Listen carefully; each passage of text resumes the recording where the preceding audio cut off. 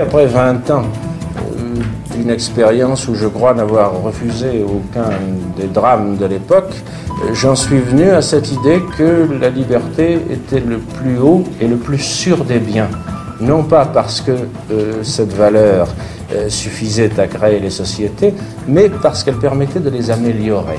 Tandis que j'ai toujours pensé que la tyrannie ne le permettait pas.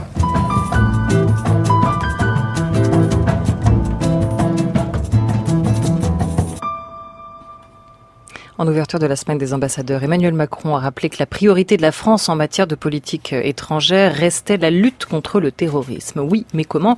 Et surtout, quelle résonance à l'intérieur de nos frontières? Dans l'actualité des idées aujourd'hui, liberté, sécurité, pourquoi nous ne devrions pas avoir à choisir?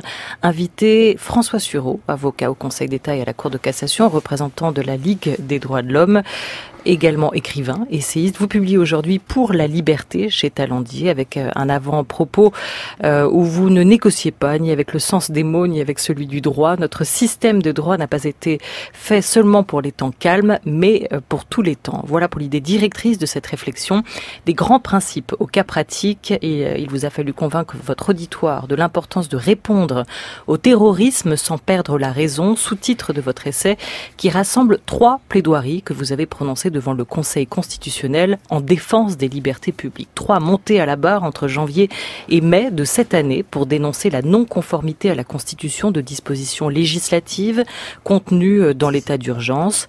Et par certains aspects, écrivez-vous, nous serions selon vous dans un univers pré-totalitaire. Bonjour à vous François Sureau. Bonjour. Merci d'être avec nous. 3 questions de droit dont on tirera ensuite quelques grands principes et peut-être aussi quelques matières à discussion si vous le voulez bien. La première, pour les auditeurs, une incrimination de consultation habituelle de sites terroristes. Quel axe de défense avez-vous eu sur cette question? Il y a 3 questions, je vais essayer de les présenter en termes débarrassés de la technicité constitutionnelle. Dans l'état d'urgence, il y avait cette idée que si vous alliez, n'importe qui, vous, moi, un journaliste, un chercheur, n'importe quel citoyen, sur un site de type djihad.com, qui n'existe pas, mais j'imagine qu'il pourrait exister, eh bien vous étiez susceptible de faire l'objet d'une poursuite pénale. Et ceci est une rupture pratiquement avec, je ne dis même pas les droits de l'homme tels qu'ils existent depuis la Déclaration des droits. C'est une rupture avec une tradition extrême, une tradition antérieure dans le droit français, y compris dans le droit criminel français, inquisition mise à part, qui consiste à dire que on ne peut pas être jugé à raison d'un acte purement cognitif, c'est-à-dire d'une démarche où le citoyen ou le journaliste vise à s'informer. Et d'ailleurs, à l'issue de cette plaidoirie, et très franchement, c'est pas parce que je les ai convaincus, je pense que les 9 juges du Conseil constitutionnel en étaient aussi convaincus que moi. L'exercice de la plaidoirie, dans ce cadre-là, ça ne vise pas à faire changer un juge d'avis. Ça vise simplement à faire venir au jour ce qu'il y a d'essentiel derrière cette question. Évidemment, les 9 juges constitutionnels ont déclaré qu'on ne pouvait pas interdire à quelqu'un d'aller consulter un site, même s'il y avait des horreurs sur le site. L'un des exemples que je donne, c'est évident qu'on aurait mieux fait de lire Mein Kampf avant la guerre pour savoir ce qui nous était réservé. Il est évident qu'on gagne toujours à... c'était d'ailleurs la leçon d'Orwell dont on parlait tout à l'heure. C'est également ce que disait Simon Leys. On gagne toujours à en revenir aux faits. C'est également ce que disait Arthur Kessler. C'est-à-dire, l'idée, c'est bien, mais il faut aller s'informer, puiser les faits à leur source, voir ce que sont les djihadistes pour ce qu'ils sont. Et la seule manière de le faire, c'est effectivement d'aller consulter des sites. Au-delà, il y a une question de principe qui est fondamentale. C'est que quand vous avez autorisé l'État une fois à vous dire ce que vous pouvez aller lire ou voir, c'est fini pour toujours. C'est-à-dire qu'aujourd'hui, on vous dit c'est pas bien d'aller sur les sites djihadistes. Demain, une fois que ce verrou aura sauté, vous aurez des gens qui vous diront que c'est pas du tout bien d'aller sur des sites qui pensent que le capitaine Dreyfus était innocent, par exemple, ou sur des sites qui critiqueraient le Front National. Et une fois que le premier verrou a sauté, vous n'avez plus aucune raison de principe pour vous opposer au verrou ultérieur. Et je pense que c'est aussi ça, cette mise en perspective, que le Conseil constitutionnel a suivi. Donc en défense d'une certaine liberté intellectuelle, liberté d'aller lire ce que l'on veut et de se faire un jugement par rapport à cela. En tout cas, c'est pas en amont qu'on peut juger l'intention d'eux, le fait d'aller lire, tant qu'il n'y a pas d'acte répréhensible. Ce qui nous amène peut-être au second cas pratique, à la seconde question de droit. Attendez, avant la seconde, je voudrais revenir à la première. Est-ce que vous vous entendez parler ? Est-ce que vous entendez parler ? Est-ce que vous vous rendez compte que vous trouvez qu'il existe un objet normal de débat, qui est le point de savoir si le citoyen libre peut lire ce qu'il veut. Vous le posez volontairement à des fins pédagogiques, critiques et de discussion. Mais ça a fini par faire partie de notre espace de pensée. Il a fallu arriver jusqu'au Conseil constitutionnel pour que 9 juges viennent dire il est inadmissible qu'on empêche les Français de lire ce qu'ils veulent et de s'informer sur ce qu'ils veulent. Est-ce que vous vous rendez compte que le simple fait que ceci soit devenu un objet de débat manifeste un point de dégradation civique probablement jamais atteint? On se pose la question. Est-ce que vous trouvez normal de me poser la question de savoir, par exemple, s'il ne faut pas revenir à une monarchie élective ou si le catholicisme ne devrait pas redevenir religion d'État? Vous trouverez ça ahurissant. Et pourtant, vous venez de poser dans le débat une question que vous considérez comme normale, qui est la question que tout le monde se pose, que les politiques se posent, c'est pour lutter contre le terrorisme, ne convient-il pas de supprimer la liberté d'information? Le simple fait que cette question soit posée, qu'elle n'ait rencontré aucun obstacle sur son chemin, ni au gouvernement, qui était à l'époque un gouvernement de gauche, mais sur ces questions, la gauche et la droite, c'est absolument pareil, ni au Parlement, ni nulle part, jusqu'à la fin. Comment vous l'expliquez ça? Parce que c'est ça, finalement, le plus surprenant, comme vous dites. Je l'explique, et c'est à mon avis le nœud du problème, je l'explique pour 2 raisons, par 2 ou 3 raisons, qui sont des raisons successives. La première raison, c'est que la question des libertés publiques n'est pas soluble dans le terrorisme. Le recul des libertés publiques a commencé avant. Quand à l'époque du président Sarkozy, on a créé la rétention de sûreté pour permettre de conserver en prison des gens après l'expiration de leur peine, on s'est déjà totalement assis sur les principes fondamentaux du droit pénal. En réalité, dans une société vieillissante et incertaine, le désir de sécurité emporte tout, et il emportait tout avant déjà le terrorisme. Le recul des libertés publiques en France ne date pas du terrorisme. Le deuxième élément, c'est le manque d'autonomie intellectuelle des ministres. C'est très frappant, je relisais l'autre jour les délibérations du Conseil constitutionnel en 77. Roger Frey est président. Roger Frey était un ancien ministre de l'Intérieur du général de Gaulle, si je me souviens bien, et un type qui ne passe pas pour un humaniste bêlant. Je veux dire, Roger Frey, c'est pas précisément Henri Leclerc. Bon. Eh bien, Roger Frey parle au Conseil constitutionnel et dit au Conseil constitutionnel, ils examinent la loi sur les véhicules, et il dit aux membres du Conseil constitutionnel, vous savez, j'ai été ministre de l'Intérieur, il y a dans le Conseil constitutionnel 2 autres ministres de l'Intérieur, il y a une chose que nous savons tous, c'est qu'à chaque fois qu'un nouveau ministre de l'Intérieur arrive, il se trouve des gens dans les bureaux pour expliquer que ça irait quand même bien mieux si on supprimait les libertés. Et nous autres, qui avons été ministres de l'Intérieur, nous savons qu'il ne faut pas les écouter. Et ça, ce qui est frappant, c'est qu'un type comme Roger Frey pouvait s'y opposer.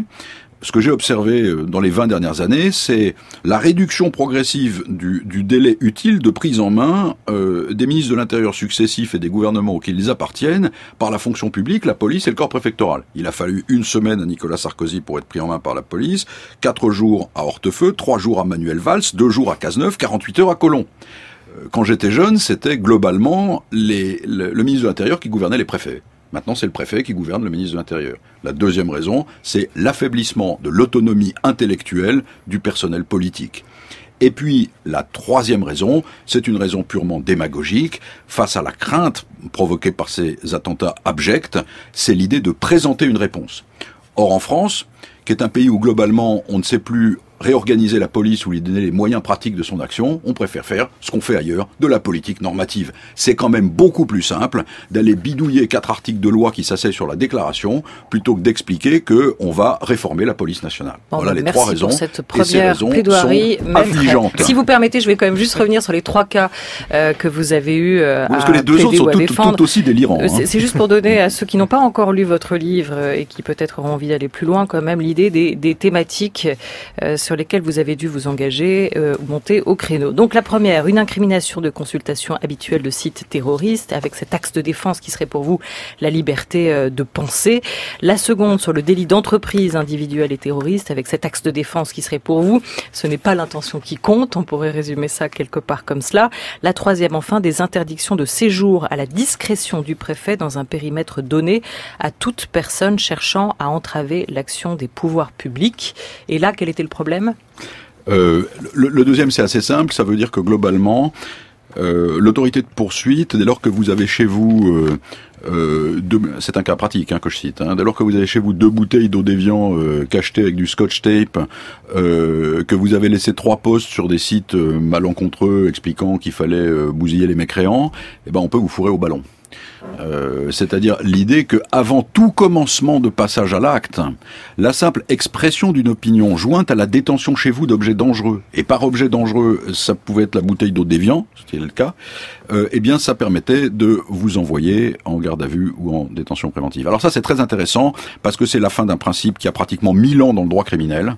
1000 ans, il ne s'agit plus de la Déclaration des droits de l'homme, c'est l'idée que avant l'acte criminel, il n'y a rien.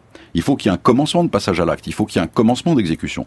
Alors vous me direz, parce que c'est ce que tout le monde dit, mais enfin quand même ces types c'est des affreux, si on peut les gauler avant, tant mieux. Oui, sauf que ce texte ne s'applique pas qu'aux affreux.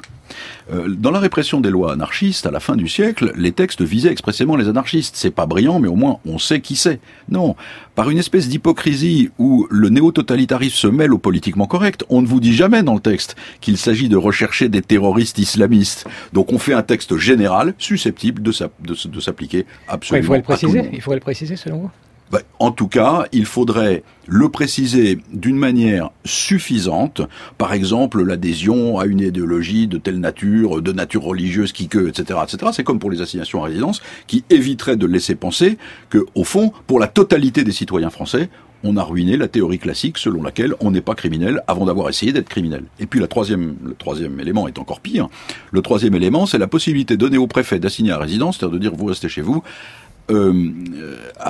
d'assigner à résidence toute personne susceptible d'entraver l'action des pouvoirs publics. Alors là, c'est le surréalisme le plus absolu, puisqu'en réalité, ça vous permet d'assigner à résidence la totalité des journalistes critiques, la moitié du personnel politique d'opposition, toute personne, y compris les juges, qui remettraient en question... Pourquoi ça porte atteinte à l'action des pouvoirs publics, vous dites? Je comprends pas bien. Le texte dit... Oui.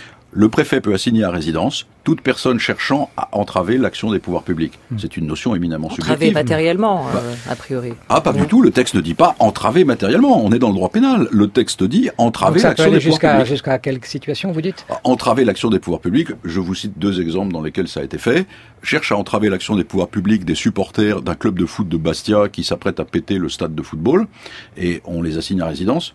Le lien avec le terrorisme islamiste est quand même assez faible. Et le deuxième, c'est les écologistes qui manifestaient contre la COP21 et qui cherchaient à entraver l'action des pouvoirs publics. Demain, les gens qui cherchent à entraver l'action des pouvoirs publics en manifestant contre la loi travail pourraient être tous assignés à résidence dans le 12e arrondissement de Paris ou dans l'arrondissement du choix du préfet.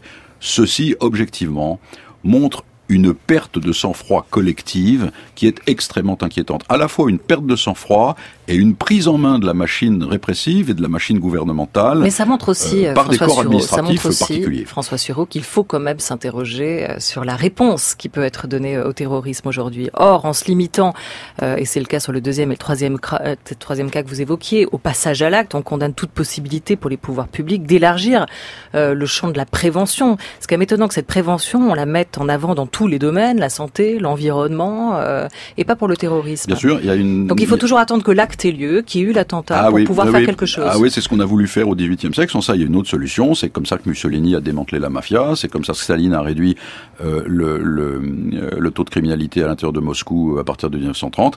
C'est sûr que si à chaque fois qu'un sous-préfet ou un agent de police délégué par lui peut vous juger un tout petit peu inquiétant, on pourrait effectivement vous fourrer au ballon à titre préventif.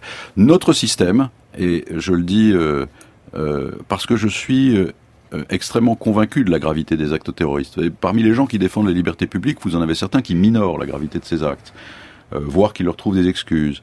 Ça n'est pas du tout mon cas. Je trouve ces actes absolument abominables. Ce que je pense profondément, c'est que ces actes ne peuvent être efficacement combattus que si nous ne cédons rien des raisons au nom desquelles nous les combattons. Si nous ne cédons rien sur nos principes, alors le reste est une question d'application pratique. La détection, je vous donne un exemple. Il y a une différence entre ne rien céder et ne rien changer, ne pas s'adapter et ne pas adapter notamment notre arsenal judiciaire législatif notre arsenal judiciaire à l'époque et aux menaces d'aujourd'hui. Notre arsenal judiciaire est tout à fait suffisant. Le principe de base de l'arsenal judiciaire, c'est que si quelqu'un s'apprête à commettre un attentat et qu'il y a suffisamment de preuves, vous allez trouver un juge antiterroriste et vous lui demandez un mandat. On n'a jamais vu un juge antiterroriste refuser un mandat à quiconque. Reprenons l'histoire de la bouteille d'Évian, par exemple. Oui. Comment savoir si la bouteille d'évian est véritablement un explosif ou pas. Alors, si la bouteille d'évian... Donc pourquoi ne pas être un peu en amont malgré tout du danger? Eh bien, si vous pensez que parce qu'il a fait 4 posts inquiétants sur un site particulier et qu'il a chez lui un couteau, des armes à feu, etc., si vous le pensez en général sur dénonciation des voisins, eh bien le droit existant, ça n'est pas la peine de l'adapter, vous offre toutes les possibilités d'aller voir un juge, de mettre le monsieur sur écoute, par décision d'un juge, et ensuite d'aller trouver le même juge en lui demandant un mandat de perquisition pour voir s'il y a un risque de passage à l'acte. Ce qui est inadmissible dans cette affaire, c'est que ça soit lié à la décision d'un préfet, contrôlé par personne. Notre droit a été fait pour ça. À qui fera-t-on croire que les déclarants de 89 vivaient dans un monde tranquille ? À l'époque où les déclarants de 89 écrivaient, je veux dire, on pouvait pas, en effet, traverser la forêt de Bondy sans escorte armée. Je veux dire, les gens qui ont créé notre système de droit l'ont créé en pensant que, quelle que soit la gravité des atteintes portées à l'ordre public, il y avait un certain nombre de principes auxquels on ne pouvait pas toucher, sauf à sombrer dans quelque chose qui n'était pas la démocratie des droits. Nous en sommes exactement là. Sur la consultation habituelle des sites terroristes, le premier cas que vous avez eu à plaider, quelle différence pour vous, par exemple, entre dans le fait que puisse être répréhensible aujourd'hui la production de contenu pédopornographique et la consultation de ces sites, et la même chose pour des sites terroristes? Alors, il y a 2 choses totalement différentes, c'est que la production ou la diffusion de contenu pédopornographique, en réalité, porte atteinte à des personnes réelles, à savoir les personnes des enfants qui sont utilisées pour produire les images et pour être représentées dans ces images, ce qui permet d'incriminer les auteurs sur le terrain de la complicité. Et ça me paraît parfaitement justifié. La simple consultation est une consultation cognitive qui n'implique pas d'adhésion positive à un réseau de trafic particulier. C'est au surplus. D'ailleurs, je dois vous dire, au risque de faire bondir, que j'ai des doutes, mais j'ai toujours eu des doutes, mais qui n'engagent que moi, y compris en matière de pédopornographie, sur le lien ténu qui existe entre la simple consultation et l'exploitation des enfants. Voilà. Ça signifie quoi ce que vous dites là, à l'instant ?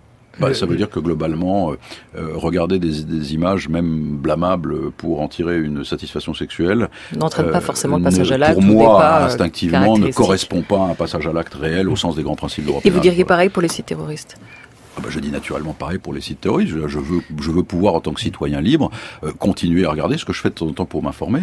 Les grands sites djihadistes connus, c'est quand même très utile de savoir ce que ces gens pensent. Alors, je voudrais revenir sur cette phrase que vous avez dite. Avant l'acte, il n'y a rien. Mais l'acte, où commence-t-il, où se termine-t-il? Est-ce que, justement, le débat ne peut pas avoir lieu de savoir si les préparatifs d'un acte ne sont pas déjà l'acte, et cette frontière que vous avez l'air de présenter comme absolue, comme évidente, n'est-elle pas quand même Alors vous avez floue? raison. Enfin, en tout cas, vous avez raison, il y a une réponse à ça. Il y a une réponse à ça, c'est qu'on ne peut pas l'apprécier de manière générale, parce que ça dépend beaucoup des circonstances de temps et de lieu et d'espèce et du pédigré de la personne qu'on soupçonne de passer à l'acte et ainsi de suite. Et c'est la raison pour laquelle nos constituants et la totalité de la tradition juridique française ont remis cette appréciation entre les mains d'une personnalité indépendante du gouvernement et qu'on appelle un juge. La caractéristique des lois d'exception, c'est qu'en réalité, on se passe de la personnalité indépendante du gouvernement et qu'on prend un fonctionnaire aux ordres. Le fonctionnaire aux ordres, eh bien, il peut penser que vous, là, qui me parlez, êtes susceptible de passer à l'acte, et il peut le penser simplement parce que son ministre lui aura donné l'ordre de le penser. C'est précisément la caractéristique d'une société non démocratique. C'est la raison pour laquelle le rôle de l'institution judiciaire, dont la Constitution nous dit qu'elle est gardienne des libertés publiques, est un rôle absolument fondamental. Je vous rappellerai d'ailleurs sur le plan archéologique quand même quelque chose d'assez intéressant, c'est que cette disposition de notre Constitution qui prévoit que l'autorité judiciaire est la gardienne des libertés publiques, c'est exactement pour ça. Il faut que cette appréciation délicate à laquelle vous pensiez soit faite par un juge indépendant. Cette disposition a été écrite par Michel Debré, qui lui non plus n'était pas plus que Roger Frey, un humaniste bêlant, et a été introduite par Michel Debré dans la Constitution de 58, au moment de la guerre d'Algérie, où entre les attentats du FLN, les attentats de l'OAS et les morts au combat, il y avait peut-être plusieurs morts, et d'ailleurs certainement plusieurs morts par jour. Ça ne l'a pas amené à dévier de cette idée fondamentale que dès lors qu'il s'agit de porter atteinte à la liberté individuelle, ça ne peut être fait que par un juge indépendant. C'est quand même pas compliqué à faire. Si vous voulez, le juge indépendant n'est pas lui non plus un humaniste bêlant.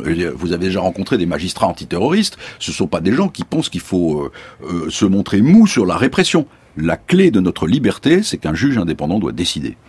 François Sureau est notre invité pour la liberté, édité chez Talendier, les 13h15 sur France Culture.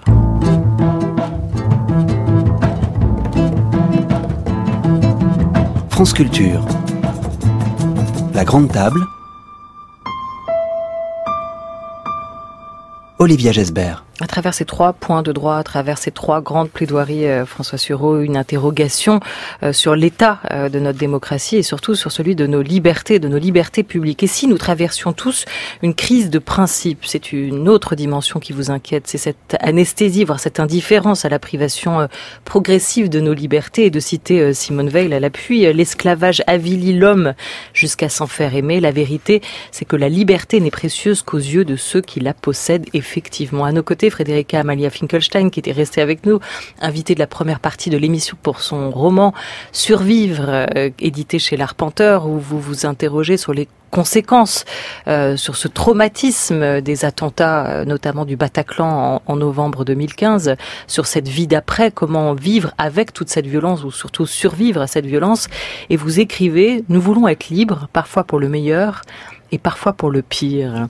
Est-ce que vous seriez prête, vous, à accepter un compromis sur la question des libertés? Est-ce que ça a été une des réactions premières que vous avez senties, vous-même, mais aussi la génération que vous racontez dans ce roman, à renier un peu sur les libertés pour plus de sécurité, comme on dit aujourd'hui? En vérité, j'ai déjà l'impression que le monde dans lequel nous vivons aujourd'hui, qui est quand même dominé par le règne du virtuel, est déjà une privation de liberté. Donc quand il y a eu des décisions politiques au moment des attentats, par exemple l'état d'urgence, cela n'a pas vraiment choqué. J'ai déjà l'impression d'être dans un état d'urgence, et j'ai déjà l'impression qu'en étant né dans ce monde où la technologie est notre quotidien, qu'il y a déjà une privation énorme de liberté. Comment on peut dire pourquoi? Parce que tout le monde devient son propre geôlier, en quelque sorte. Il y a différents paramètres, mais savoir par exemple que quand vous vous connectez, cela va rester dans une banque de données, que vos moindres faits et gestes sont archivés, c'est pour moi une énorme privation de liberté. François Sureau, un corps social endolori et quelque part endormi aussi. Il y a un élément qu'on oublie quand même assez souvent, mais c'est vrai que j'y suis sensible professionnellement. C'est quand on parle du couple sécurité et liberté, d'abord on fait comme si c'était antinomique. Je veux dire, le rêve de notre démocratie politique, c'est que les deux vont ensemble, la liberté et la sûreté. C'est le rêve de notre démocratie politique. On peut choisir d'y renoncer, parce que 300 criminels font sauter une boîte de nuit. On peut choisir de renoncer au rêve de notre démocratie politique, celui qui nous anime. Mais j'aimerais qu'on le sache et qu'on ne se paye pas de mots. Et puis le deuxième élément, c'est il y a un tiers dans ces affaires, entre les individus, le corps social, entre les individus et les terroristes, qui est sans cesse oublié par les Français, c'est l'État. En réalité, quand on augmente la partie sécurité, ce qu'on augmente simplement, c'est le pouvoir de l'État sur chacune de nos vies, à nous qui ne sommes pas des terroristes. Ça n'est pas nécessairement qu'on diminue la sécurité dont les terroristes jouissent. Et c'est très très frappant parce que cette question de l'État comme tiers entre la liberté et la sécurité, c'est une question qui a été très bien vue par les révolutionnaires anglais de 1689, elle a été très bien vue par les déclarants américains, Jefferson et Hamilton, elle a été très bien vue par les rédacteurs de la Déclaration des droits, et compte tenu de la place symbolique très importante prise par l'État dans le système politique français, elle a fini par être légèrement oubliée. La vérité de tout ça, c'est encore plus à l'époque de l'interconnexion des fichiers, à l'époque du numérique et ainsi de suite. Toute augmentation des prérogatives sécuritaires des pouvoirs publics aboutit simplement à la mise en place d'une société de surveillance par l'État. Et je trouve qu'il est quand même un tout petit peu temps de s'en rendre compte. Franchement, on peut peut-être associer ces deux discours, parce que là, effectivement, on va pouvoir peut-être, grâce au développement du virtuel et de la connaissance des actes de chacun, précisément avoir une idée de ce qui est potentiellement réalisable par genre. On en arrive à Minority Report. Exactement. Et c'est sans doute quelque chose qui est aussi pas uniquement une question, c'est une question de technique aussi, de technologie. Oui, c'est une question de pas technologie. Pas uniquement politique. Bien sûr, mais cela dit, je trouve qu'on a quand même intérêt, y compris dans ces hypothèses-là, à rester assez ferme sur les principes. De même, c'est vrai que c'est très gênant que mes habitudes de consommation soient repérées par la Société Générale et transmises transmise par la Société Générale à je ne sais quel... si vous achetez trop de bonbonnes de gaz, par exemple. Donc non, mais ou même transmise en dehors de la sphère étatique. C'est vrai que ça me gêne.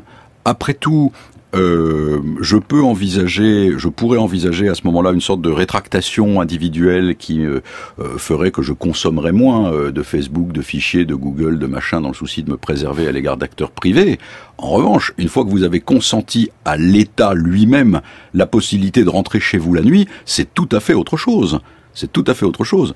Vous savez, la lecture des comptes rendus des 6000 perquisitions administratives effectuées sous l'empire de l'état d'urgence, à certains égards, est absolument fascinante, y compris la porte du kebab fracassée et le malheureux qui a mis un autoportrait de Léonard de Vinci dans son entrée, auquel on dit qui est ce barbu. C'est un tout petit peu autre chose que Facebook, tout de même, à un moment. François Sureau, je vais aux sources de votre inquiétude. Vous rappelez qu'il est beaucoup plus long de construire un état de droit, un système de droit, que de le détricoter, que nos libertés ne seront pas comme la queue du lézard. Elles ne repoussent pas, elles ne reviennent pas. Et vous dites, il ne faut pas procurer à nos adversaires une victoire sans combat.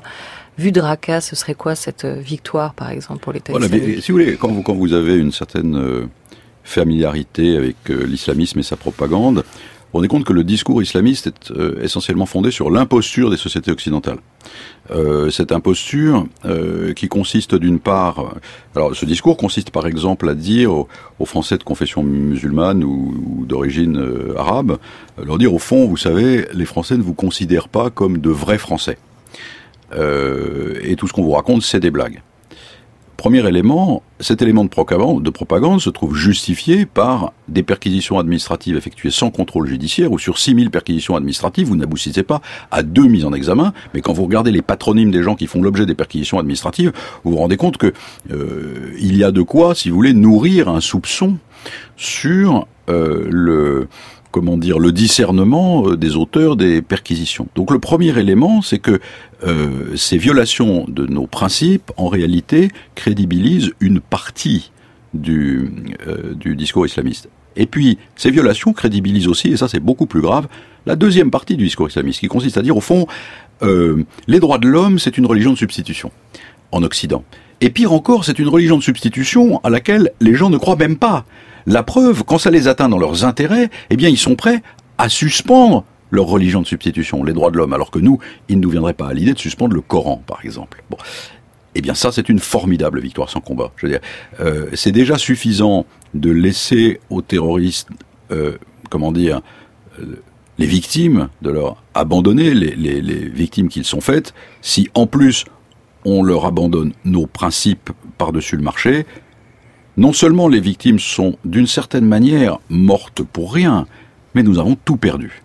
Il y a les 3 cas dont vous parlez dans votre livre. Il y en a beaucoup d'autres de ces situations, aujourd'hui par exemple, d'atteinte aux libertés sur lesquelles il faudrait faire attention. Oui, d'abord, il va y avoir une loi à laquelle il faudra se montrer particulièrement attentif sur la sortie du terrorisme. Si vous voulez, c'est moins des lois particulières qu'un état d'esprit. Nous sommes, chacun d'entre nous, les gardiens de la démocratie politique. Et en réalité, ce que montre l'expérience récente, c'est que nous ne pouvons pas attendre de nos gouvernements de droite ou de gauche, de nos parlements, et même dans certains cas de la magistrature, et en particulier de la magistrature répressive, qu'ils se montrent des gardiens aussi vigilants que nous. Et précisément parce que nous sommes rentrés dans le combat antiterroriste, nous devons nous montrer particulièrement vigilants. Ça ne veut pas dire ne pas nous montrer particulièrement sévères. Le droit français permet des peines d'une extrême sévérité et permet tous les moyens d'investigation. Mettons-les en œuvre avec la plus grande rudesse, mais sans rien céder de ce qui nous constitue. Et cette idée-là, elle devrait être vivante dans le cœur de chacun. Vous savez, ce qui me frappe, c'est que moi, je fais partie des gens qui sont nés en 57. Comme tous les gens qui sont nés en 57 et qui, en fonction des histoires familiales des uns et des autres, se sont demandé comment les choses du passé avaient été possibles. Je ne suis pas un partisan du théorème de machin ou de la réduction de Godwin ou de la réduction. Enfin, quand même, j'ai passé ma jeunesse à me demander comment ça avait été possible. Comme vous, j'imagine. Je me suis demandé qu'a fait grand-papa pendant la guerre, qu'a fait l'oncle machin, et toi, pourquoi tu n'as rien dit au moment de... Vous pouvez regarder Frédéric Amalia Finkelstein au moment où vous dites ça, parce qu'elle a aussi écrit son premier roman, s'intitulé L'oubli, et était justement sur cette question aussi de la mémoire pour les jeunes générations, pas celles qui sont nées en 57. Et ça, si vous voulez, on a tous été élevés là-dedans. La découverte douloureuse des 10 dernières années que nous venons de vivre, ça a été de voir la facilité avec laquelle ces principes cédaient chez ceux qui avaient la charge de les défendre. Ceux qui avaient été mes maîtres, ceux qui avaient été mes éducateurs, ceux qui avaient été ceux que j'admirais quand j'étais jeune, ceux qui avaient été Premier ministre, ministre, président du Parlement, président de la Chambre criminelle, vice-président du Conseil d'État, etc. En réalité, l'option policière est rentrée là-dedans comme dans du beurre. Ce qui fait que je n'ai plus, en réalité, maintenant, je n'ai plus de surprise attristée quand je lis les récits du passé. Et je dis simplement, voilà, c'est à nous de faire ce que nos anciens n'ont pas toujours fait, ce que certains d'entre eux ont fait avec héroïsme d'ailleurs, et ce à quoi ma génération est affrontée maintenant. Terroriste potentiel, population à risque, musulmane déguisée, stigmatisation, dit le politologue François Burgat, qui dans une tribune récente dans Libération condamnait cette l'ornière de la vieille stratégie politicienne qu'Emmanuel Macron viendrait à son tour de réinstaller, selon lui, celle qui combat bruyamment le terrorisme d'une main et le nourrit discrètement de l'autre, celle qui préfère capitaliser sur l'émoi populaire en le berçant d'une lecture unilatérale des responsabilités sans jamais oser, même si cela est cruellement nécessaire, le contrecarrer. À votre manière aussi, François Sureau, vous proposez, incanter, demander à ce qu'on agisse de manière raisonnable, en expliquant que le bon curseur n'est pas facile à trouver, mais qu'il doit y avoir un juste milieu. J'avais envie de vous demander juste pour terminer, est-ce qu'il y a aussi dans ces dernières semaines, mois, années, des signes qui sont apparus pour vous, que cette liberté que vous jugez menacée aujourd'hui est redevenue désirable à nos yeux ? Oui, d'une certaine manière, mais c'est une question d'interprétation. C'est que je trouve en réalité que le caractère relativement paisible du corps social tranche avec l'agitation démagogique de la classe politique. C'est-à-dire qu'à chaque fois que j'ai l'occasion d'en parler autour de moi, à des gens d'origine et d'opinions très variées, je suis frappé de voir que ce discours de la raison en matière de lutte contre le terrorisme rencontre un assez large assentiment. Et qu'en dehors de quelques franges extrêmes, personne n'est prêt à rouvrir le bagne de Cayenne ou à se livrer à des activités invraisemblables. En revanche, c'est la classe politique tout entière qui paraît sur ces questions aller comme un canard auquel on a coupé la tête. Mais je tire un grand encouragement au spectacle de la résilience, comme on dit maintenant, ou du sang-froid d'un corps social affronté à des situations de quasi-guerre auxquelles rien ne semblait l'avoir préparé. Merci beaucoup François Sureau pour la liberté, répondre au terrorisme sans perdre la raison, voilà, comme un canard sans tête, c'est édité donc chez Talendier. Merci beaucoup à vous. Demain à votre place, Emmanuel Todd sera avec nous dans la deuxième partie de la Grande Table.